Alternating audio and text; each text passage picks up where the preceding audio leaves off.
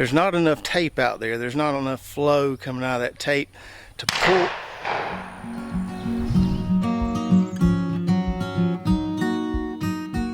What's up, Lazy Dog fam? Hope everybody out there is having a fantastic day. It's a cloudy, kind of misty day here on the homestead. It's been drizzling on and off all day, but we're going to try to get some things done in the garden this afternoon. We've got some peanuts here that we're going to try to get planted. We're going to check on our tomatoes, both our indeterminate and our determinate tomatoes, and we'll see what else we have time for towards the end of the video. So a couple videos ago in this plot right here, we planted 2 double rows of zipper peas, and we got a few of those germinating. It's been about, I don't know, 4 days maybe since we planted those. So there's one coming up right there. I expect to see these popping all along the row here within the next day or so. Did have a good bit of volunteer plants or old cover crop plants coming back up, so I had to come in here with a wheel hoe earlier. Got a little break in the drizzle and wheel hoed around where those 2 pea rows were. Had some of that kale coming back, had some volunteer pumpkin plants in there, so hopefully that'll kill off that stuff. So we can see there where those 2 pea rows are planted, and then right over here I've already made a furrow, and this is where we're going to try to put a row of peanuts. Now, I'm not going to talk a whole lot about how to grow peanuts in a backyard garden because I've never really successfully done it. Last year we planted some Valencia peanut seeds and got pretty sparse germination on those. They didn't germinate well enough to leave them there. We ended up just kind of cultivating that area and planting something else. This year we've got these Virginia jumbo peanuts that we got from Morgan County Seeds. The timing, I think, is right. I believe I've been seeing some commercial farmers plant peanuts, so we're going to try to get them in the ground today. The timing should be right. And we're just going to treat these just like we do our field peas. Basically do the exact same thing. We're going to plant these on a double row. We're going to put some inoculant down, kind of the same drill we did with those zipper peas. Now, I may not know a whole lot about growing peanuts, but I know one thing: you can't plant them in the shell like this. And had I known that these need to be shelled, I might not have ordered these, but we got them, so we got to shell them. I was going to get the kids to do this, but they're not here today, so it looks like I'm stuck shelling peanuts. All right, so about 20 minutes later, we haven't come close to shelling that whole bag of peanut seed, but I don't think we're going to need to. I'm not sure why I bought such a big bag there. So this is what we got here. We got our shelled peanuts, and I think that's going to be enough. For my best estimations, we're going to need about 160 to 200 seeds, and I think we have that right there. Saved our hulls. We can put those in our compost bin. Now, one more thing I do know about planting peanuts is that you can't plant those splits right there. So a few of them had split inside the hull, so you can throw those away or eat them, do whatever you want to with them. But we need to be planting these whole peanuts here.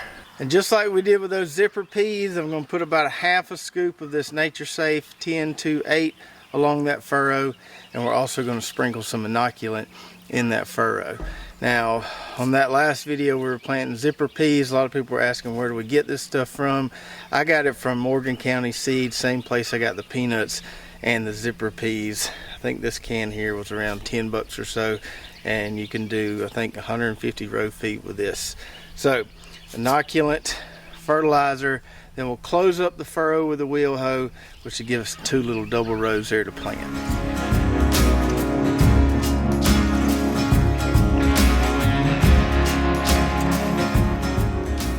So we got our 2 little mini furrows, one here and one here. So that's where we're going to be planting our seeds. From what I've read online, you want to put these about 6 to 8 inches apart. We're going to go with a 6-inch spacing, and we're just going to drop them in here. Since we just got 1 row, we can drop them in by hand. It won't take just a second. So we'll plant them on that side and this side over here. All right, so after planting each row, I had some seed left over, and I went and looked at that seed bag, and it said 80% germination. So I actually went in there and added some more seed, planted them a little thicker to account for that 80% germination. Now we just need to lightly cover them up, just like that, and then we'll tamp them down just like we did those pea seeds. So hopefully those will germinate and we end up getting some peanuts at some point. I know those things are in the ground for a while. They take a while to grow, but hopefully it will work this time. Now what are we going to do with all these peanuts if they do produce? Well, down here in the south we like to boil our peanuts for the most part. So that's probably what we'll do with the majority of them. If we have some extras, we'll probably try to make our own homemade peanut butter. I think that would be pretty cool, and the kids would probably really like that. Okay, so now that the peanuts are planted, let's check on these maters. We'll check on the indeterminates first. So we just set up this kind of hanging string trellis for these indeterminate tomatoes just a few days ago, but these things are growing so fast. And I told you guys that I was going to try not, or that I wasn't going to use tomato clips. But as you can see there, I told a story. So you may notice that this plant looks a lot better than this plant, and there's a good reason why. There was a plant here that looked as good as that plant. As soon as I turned the camera off that day, I thought, I'll go ahead and wrap this string around these a little bit more. And as I was doing this tomato, I wasn't being real careful, and I broke the stem off about right here. So I had to go to the greenhouse, get a backup plant, and replace it. This one will get to looking better soon. It's just still going through a little bit of transplant shock. So after that I said, well, maybe I'm not as delicate as I need to be with this. I'll get some tomato clips so that doesn't happen again. And so I came out here yesterday, had to prune these tomatoes a little bit more, and I added clips to all the taller ones there to give some additional support, keep them growing straight, keep them upright. And it looks like the first tomatoes we're going to get, at least off this plot, are going to be from this giant crimson variety. This is that variety that M.I. Gardner's trying to bring back. So there's one tomato there. And if we skip over here, this is a plant I had in the greenhouse that I had to replace one that got broken by the wind a few weeks ago. We got 2 tomatoes on that plant. And I also replaced a plant right here. This is the one I showed you on that last video that had got gnawed on a little bit by a critter. So I went ahead and replaced that plant, and we haven't had any more critter damage since then. So in case there's any game wardens watching this video, no, I have not killed any critters yet. So now let's move over here to our determinate tomatoes, which are looking really awesome and growing really fast. Well, let's start off here with these Torangina cherry tomatoes. These things are looking nice. That one's got a little bird poop on it, but it'll be all right.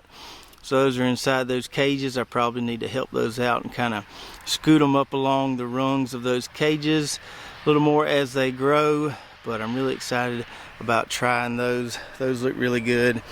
And then our determinates here on the Florida weave, like I said, they're growing really, really fast. And they're growing so fast that I think it's time to go ahead and put another line of twine on these babies. But I don't think I'm going to use my wand to the second line of string for this Florida weave trellis. I've got to make some improvements to my wand. I just haven't had time to do it. On paper, this eye hook here is a good idea, but in reality, in practice, what happens is the string gets wrapped around there, around that base of that eye hook. So I got to come up with something different here. I think I'm just going to take my Dremel tool and cut off this eye hook because it's glued in there pretty good. Cut it off and then figure out another kind of attachment here on the end to thread the string through, but that won't catch the string and get it all twisted up while we're weaving. So we're just going to do the weave by hand this time, and I'm going to run my lines a little closer together than I normally do. Some of these varieties out here, like the Thunderbird and this Rambler here, I've never grown before, so I don't really know how big the tomatoes are going to get. But some of these varieties, like the Red Snapper and the Roadster, I know make massive tomatoes.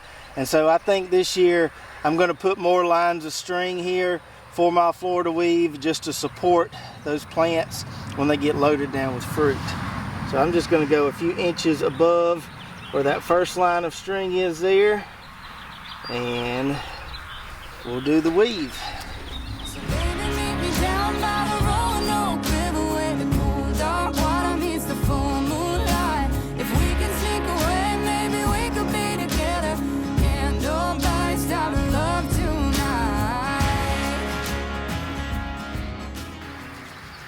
And we're back.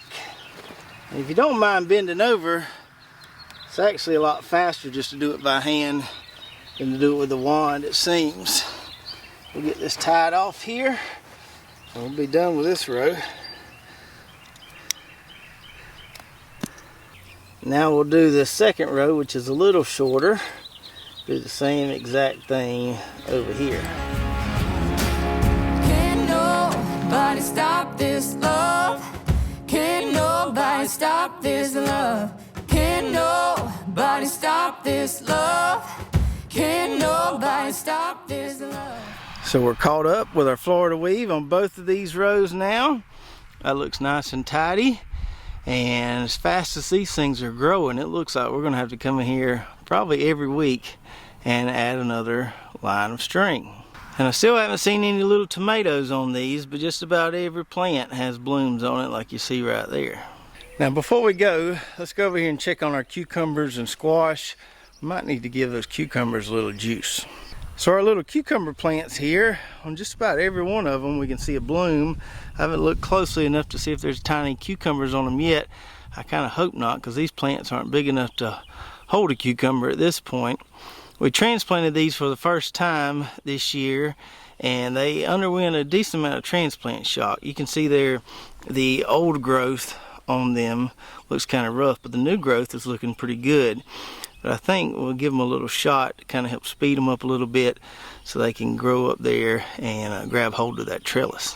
Now on some of our larger plots or our larger plantings, we can use the injector to inject fertilizer through that drip tape. But on some of these smaller plots or smaller plantings, there's not enough water output with just a few rows of tape to really pull from that injector, so we have to do a little more manually. So I'm going to take some of this Agri-Thrive fruit and flour here, shake it up a little bit, pour me approximately, I don't know, 4 to 6 ounces or so.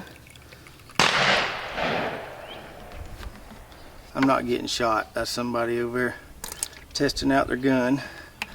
Pour that in the bucket there. Let me get the water hose turned on. And we'll just fill up this bucket here, get everything mixed up well.